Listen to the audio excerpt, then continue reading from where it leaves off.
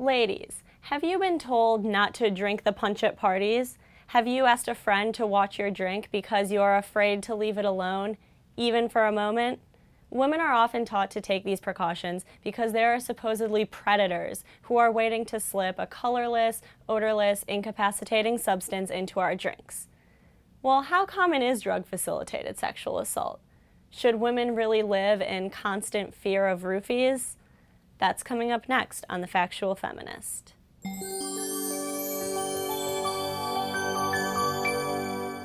Hi, I'm Caroline Kitchens, in for Christina Hoff-Summers, who will be returning next week.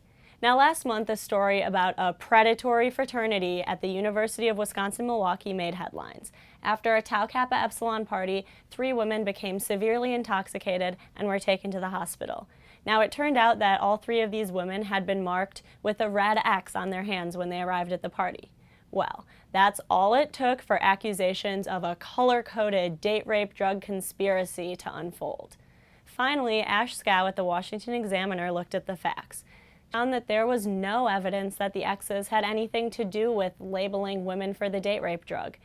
At least one woman marked with a red X, who was mentioned in a Journal Sentinel article, had multiple drinks that evening and she didn't end up hospitalized. As for the drugs, police did find marijuana and Adderall when they searched the fraternity house, but no evidence of date rape drugs ever turned up. Now, this story isn't unique.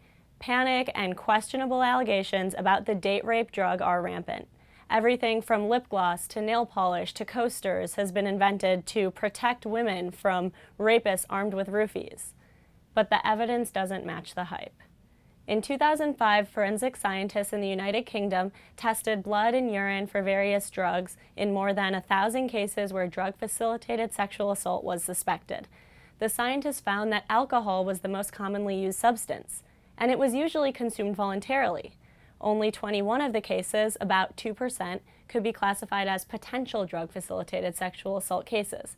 But even with those cases, the researchers warned that they couldn't know for sure whether or not the drugs were taken voluntarily. Numerous other studies from around the world have come to the same conclusion. An Australian study of 101 suspected cases found no toxicological evidence that a sedative had been added to any drinks. The vast majority of suspected cases involve high levels of alcohol consumption, sometimes illicit drug use, but there is no evidence that covert drink spiking is widespread. A 2009 study in the British Journal of Criminology proclaimed that date rape drugs are largely an urban myth. But when the researchers spoke with college women, they found that their perception of the risk of being drugged did not match the reality. More than half of the British students surveyed said that they personally know someone whose drink had been spiked. Students believed that date rape drugs were more likely to lead to a sexual assault than being drunk or walking alone in a dangerous area at night. The researchers concluded that students often mistakenly linked sickness, blackouts, and dizziness to poisoning by a stranger, when it was likely to be caused by excessive alcohol consumption. So what does this all mean? Calling date rape drugs a myth may not be quite right. I mean, these drugs do exist, and there are some cases in which women are drugged and sexually assaulted. So watching over your drinks at a bar and avoiding fraternity jungle juice might still be a good idea. But a reality check is in order. Our fear of being drugged and sexually assaulted by a predatory stranger in a bar is not grounded in reality. As the British researchers noted, routine drug-facilitated sexual assault is not probable as a widespread crime. Just think about it. It requires a stranger to find the drugs, slip them into a woman's drink undetected, manage to take the victim away from her friends without anyone noticing, and then reliably erase her memory of the experience.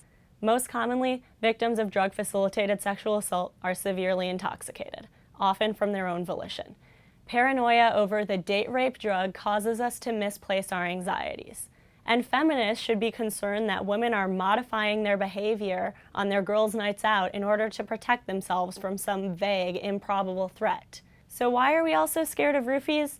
I think that Adam Burgess, one of the University of Kent researchers, had a good explanation. The reason why fear of drink spiking has become widespread seems to be a mix of it being more convenient to guard against than the effects of alcohol itself, and the fact that such stories are exotic, like a more adult version of stranger danger. Do you think our cultural fear of date rape drugs is unfounded? Are you satisfied with Dr. Burgess's explanation, or do you have any of your own theories? Well, let us know what you think in the comments, or tweet to me at CL_Kitchens. This is your Deputy Factual Feminist, Caroline Kitchens. Thanks for watching. Please join us next week.